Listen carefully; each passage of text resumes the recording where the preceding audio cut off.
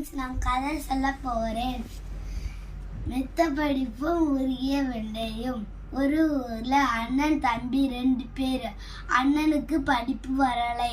அதனால அவன் ஆடு மாடுகளை வயலுக்கு அழைத்து சென்று மேய்க்க தொடங்கினான்.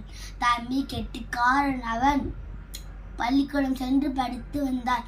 வகுப்பிலும் அவன்தான் முதலிடம். அவர்களுடைய அம்மா பெரிய மகன் அலைந்து திரிந்து மாடுகளை மேய்க்கிறான் என்பதற்காக அவனுக்கு நல்ல சாப்பாடு, முட்டை, பால் எல்லாமே கொடுப்பார். தம்பி பாடம்தானே படிக்கிறான், அவனுக்கு அதிக உழைப்பு இல்லை என்பதால் அண்ணனுக்கு கொடுப்பதை விட குறைவாக கொடுப்பார். ஒரு நாள் அவங்க வீட்டுக்கு ஒரு உறவுக்கார பாட்டி வந்தாங்க. அம்மா செய்வதை பார்த்து ஏன் இப்படி செய்கிறார் கேட்ட அம்மா, கடினமான உழைப்பு மாடு மேய்ப்பவனுக்கு தானே, படிப்பவனுக்கு அவ்வளவு சக்தி விரயமாகாது என்றாள். பாட்டி சொன்னாங்க, பெரியவன் மாடுகளை வயலில் அவிழ்த்து விட்டு நன்றாக மரத்தடியில் படுத்து தூங்குகிறான். அவனுக்கு எந்த கவலையும் இல்லை.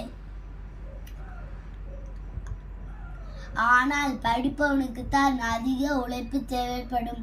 பாடங்களை படிக்கவும், எழுதவும், மனனம் செய்யவும், பரீட்சைக்கு தயாராகவும் என இவனுக்கு வேலை இருந்து கொண்டே இருக்கும். மேலும் பள்ளியில் பல போட்டிகளில் கலந்து கொள்ளவும் செய்கிறான். படிக்க விளையாட என இவனுக்கு அதிக சக்தி தேவைப்படும். படிப்பது என்பது சுலபம் அல்ல. இதை சோதித்து பார்க்க அம்மாவுக்கு ஒரு உபயோகம் சொன்னார்.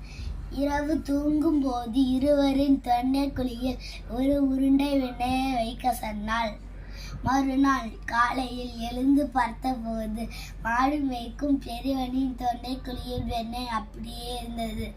படிக்கும் சின்னவனின் தொண்டை குழியில் வெண்ணெய் உருகிவிட்டது. பாட்டி சொன்னாள், சின்னவனுக்கு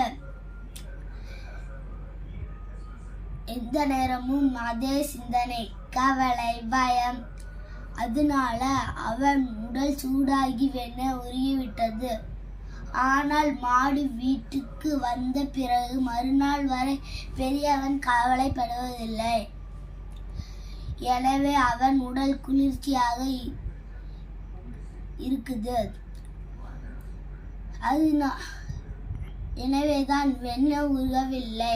அம்மா புரிந்து கொண்டு படிக்கும் சின்ன மகனுக்கு நல்ல சாப்பாடு, பால், பழம் எல்லாம் தர தொடங்கினாள். குட்டீஸ், படிப்பதாலும் விளையாடுவதாலும் வீணாக்கும் சக்திக்கு நீங்கள் ஈடு செய்ய நல்ல சத்துள்ள உணவை சாப்பிட்டு பழகணும். காய்கறிகள், கீரை வகைகள், பழம், பால் எல்லாம் சாப்பிடணும்.